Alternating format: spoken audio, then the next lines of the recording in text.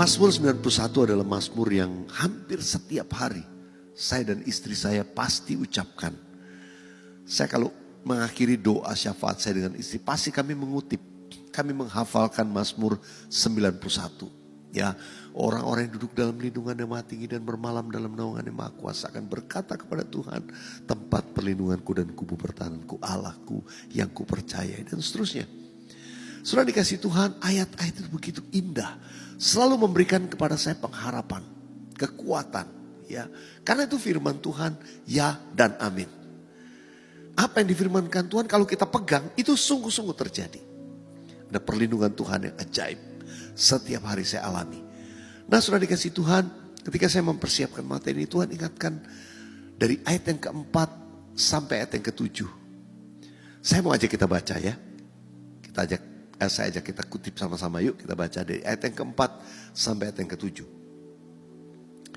3, 4. Dengan kepaknya ia akan menudungi engkau, di bawah sayapnya engkau akan berlindung.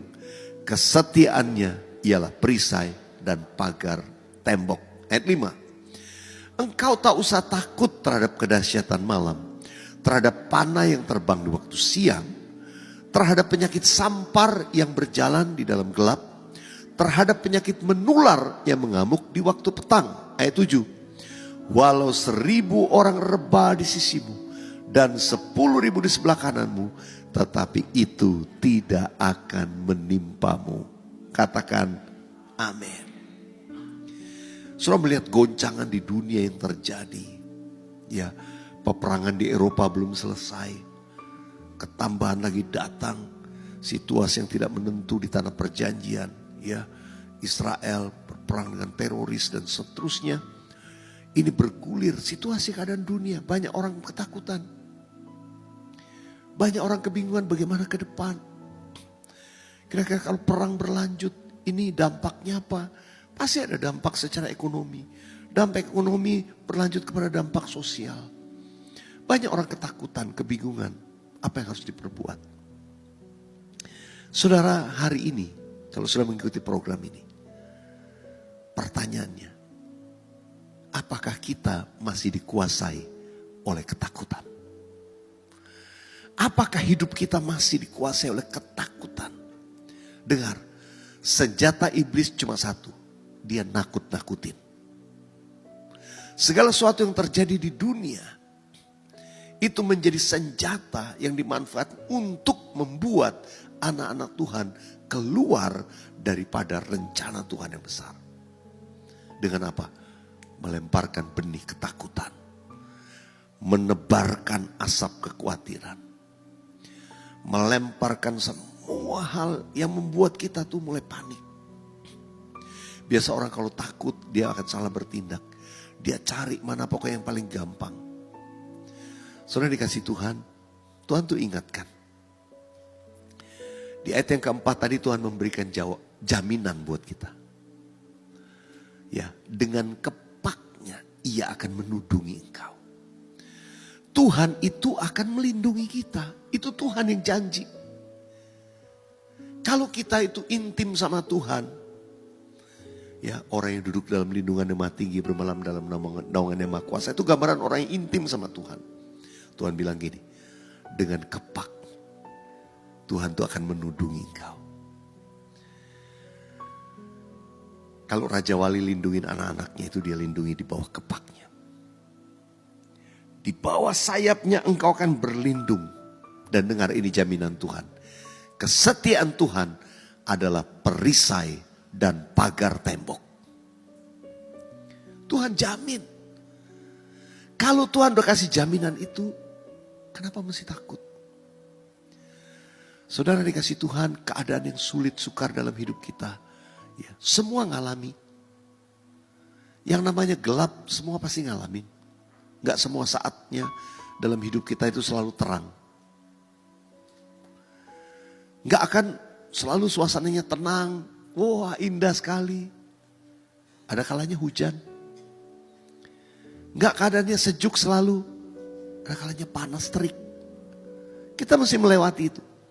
Tapi keadaan dalam dunia tidak boleh membuat kita dikuasai oleh ketakutan. Katakan amin. Jangan takut, itu berulang kali firman Tuhan kata, jangan takut.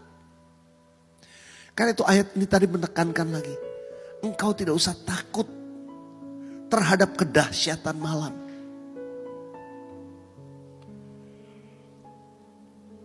Terhadap panah yang terbang di waktu siang.